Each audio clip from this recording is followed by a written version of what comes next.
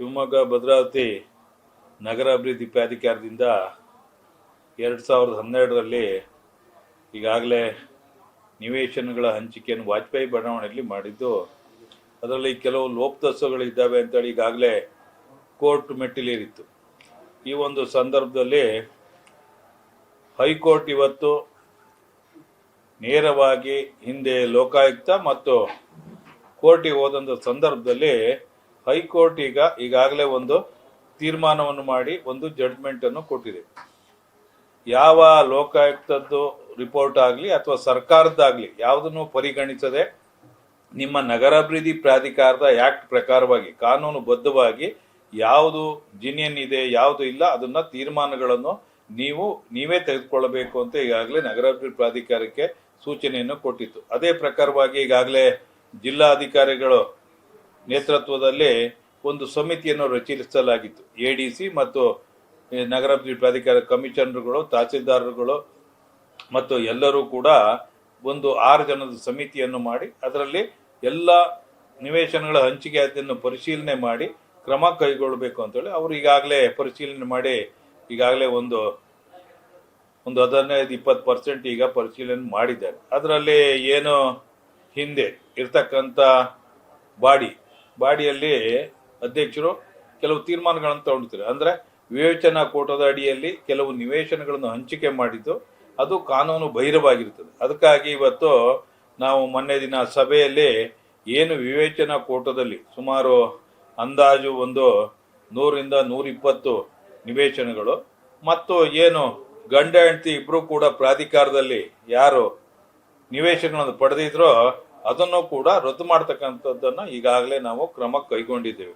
ಅದರ ಪ್ರಕಾರವಾಗಿ ಎಲ್ಲ ಸಂಬಂಧಪಟ್ಟರು ಈಗಾಗಲೇ ನಾವು ನೋಟಿಸನ್ನು ಪ್ರಾಧಿಕಾರದ ವತಿಯಿಂದ ಕಳಿಸ್ತಾನೂ ಇದ್ದೇವೆ.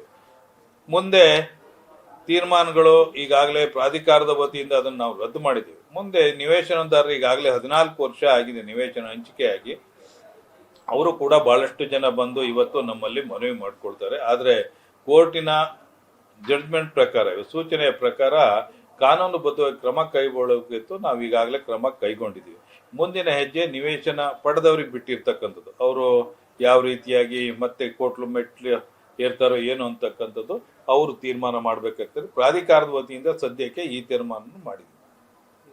ಅದನ್ನು ಕೂಡ ಈಗಾಗಲೇ ಏನು ಹಣ ಕಟ್ಟಿ ರಿಜಿಸ್ಟ್ರೇಷನ್ ಆದಂಥವ್ರು ವಾಪಸ್ ಹಣ ಕೊಡಬೇಕಾದ್ರೆ ಹಿಂದೆ ಲೋಕಾಯುಕ್ತದಲ್ಲಿ ಸುಮಾರು 8% ಹಾಕಿ ಕೊಡಬೇಕು ಅಂತ ಇತ್ತು. ಆದರೆ ಇವತ್ತು ಹೈಕೋರ್ಟು ಲೋಕಾಯುಕ್ತ ವರದಿಯನ್ನೇ ಈಗ ಸೈಡಿಗೆ ಇಟ್ಟು ಮಾಡಿ ಅಂದಿರೋದ್ರಿಂದ ಮತ್ತೆ ನಾವು ಅದನ್ನ ಬಾಡಿನಲ್ಲಿಟ್ಟು ಯಾವ ರೀತಿ ಅದನ್ನ ಹಣವನ್ನು ಕೊಡಬೇಕು ಅನ್ನೋದ್ರ ಬಗ್ಗೆ ತೀರ್ಮಾನ ಮಾಡ್ತೀವಿ.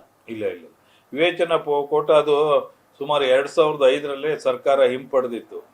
ಆದರೆ ಇವರು ಹಿಂದೆ 2010ರಲ್ಲಿ ಬಿಜೆಪಿ ಸರ್ಕಾರ ಇರಬೇಕಾದ್ರೆ ಸುರೇಶ್ ಕುಮಾರ್ ಅವರು ನಗರಾಭಿವೃದ್ಧಿ ಸಚಿವರಾಗಿರ್ತಾರೆ. ಅವಾಗ ಸುಮಾರು ಒಂದು 20% ವಿವೇಚನಾ ಕೋಟವನ್ನು ಕೊಡಿ ಅಂತ ಇವರು ಪತ್ರ ಕೊಟ್ಟಿದ್ರು. ಆದರೆ ಅದನ್ನ ಸರ್ಕಾರ ಅದಕ್ಕೆ ಒಪ್ಪಲಿಲ್ಲ. ಅವತ್ತು ಸೆಕ್ರೆಟರಿಗಳು ಹಿಂದೆ ಇರ್ತಕ್ಕಂಥದ್ನೇ ಮುಂದುವರಿಸಿ ಅನ್ನೋ ರೀತಿಯಲ್ಲಿ ಅಡ್ಡಗೋಡೆ ಮೇಲೆ ದೀಪ ಇಟ್ಟ ರೀತಿಯಲ್ಲಿ ಒಂದು ಲೆಟರ್ನ ಕಳಿಸಿದ್ರು. ಆದರೆ ಅದು 2005ರಲ್ಲೇ ಅದು ರದ್ದಾಗಿರೋದ್ರಿಂದ ಆ ಲೆಟರ್ಗೆ ಮಹತ್ವ ಬರೋದೇ ಇಲ್ಲ. ಮುಂದೆ ಕಾನೂನು ಹೋರಾಟ ಮಾಡಬೇಕಾಗ್ತದೆ.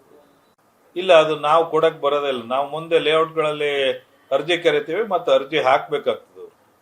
ವಿವೇಚನಾ ಕೋಟ ಒಂದೇ ಅಲ್ಲ, ಇವರು ಸೈಟ್ ಹಂಚಬೇಕಾದ್ರೆ ಅಪ್ಲಿಕೇಶನ್ ಕಾಲ್ಫಾರ್ಮ್ ಮಾಡದೆ ಹಾಗೆ ಕೊಟ್ಟಿರ್ತಕ್ಕಂಥದ್ದು ಮತ್ತು ಸೈಟ್ ಏನು ಒಂದು ಪ್ರಾಧಿಕಾರದಲ್ಲಿ ಪಡೆದಿದ್ದಾರೆ ಅವರಿಗೆ ಇನ್ನೊಂದು ಕೊಟ್ಟಿರ್ತಕ್ಕಂಥದ್ದು ಮತ್ತು ಆಫೀಸ್ಗಳಲ್ಲೂ ಕೂಡ ಬಹಳಷ್ಟು ಜನ ನಿವೇಶನ ಇದ್ದವರಿಗೆ ಮತ್ತೆ ಸೈಟ್ ಕೊಟ್ಟಿರ್ತೀವಿ. ಅದೆಲ್ಲವನ್ನು ನೋಡಿ ನ್ಯಾಯಯುತವಾಗಿ ಈಗ ಎಲ್ಲರದು ಕೂಡ ನಾವು ರದ್ದು ಮಾಡಿದ್ದೇವೆ.